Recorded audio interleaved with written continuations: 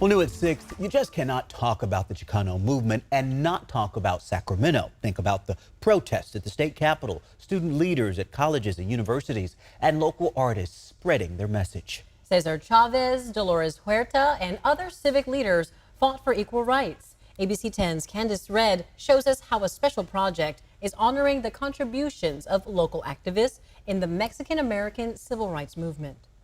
This is our first deal which we had back in 1975. David Rasul has pieces of history at his home in Sacramento. The items tell stories from the Chicano movement. This Fiesta de Maíz.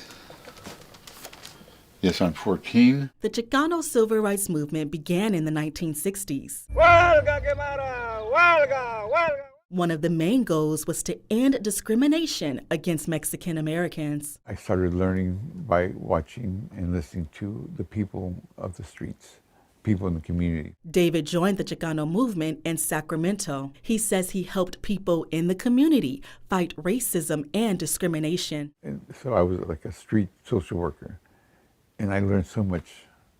I learned so much from the people who were being affected, you know. And again, they were just normal people trying to live normal lives, trying to be successful and survive for themselves and their children. Yet they had all these barriers put up against them. David is preserving history, but not just at his home. He helped form the Sacramento Movimiento Chicano and Mexican American Education Oral History Project in 2012. It's a collection of interviews from activists like David, who participated in the Chicano movement in Sacramento from 1965 to 1980. We wanted to capture their history of their experience.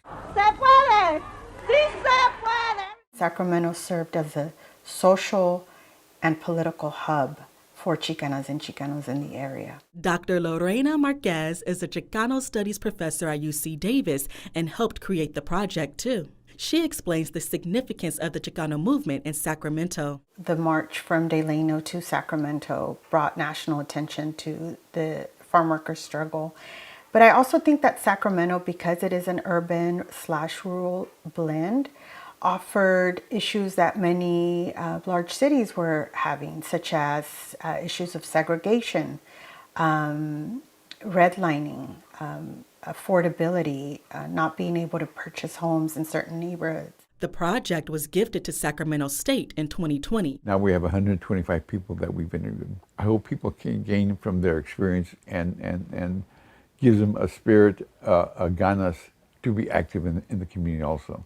We don't want to live in the past, but we want to learn from the past. That was our Candice Red reporting. Anyone can access the Chicano Oral History Project online for free. It's available through Sacramento State with full interviews of community activists who participated in the Chicano movement.